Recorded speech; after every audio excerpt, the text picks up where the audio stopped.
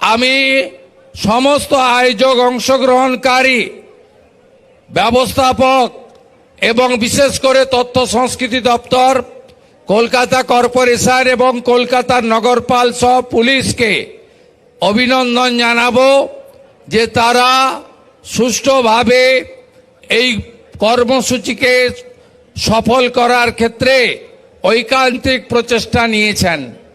আমরা জাতীয় সঙ্গীত দিয়ে শেষ করব।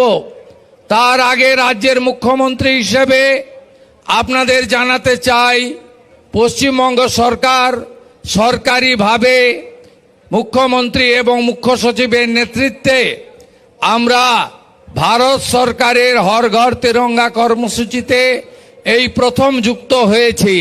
এর আগে কেউ যুক্ত হয়নি। আমরা 70 লক্ষ জাতীয় পতাকা বিতরণের মহান কর্মসূচিও পালন করছি।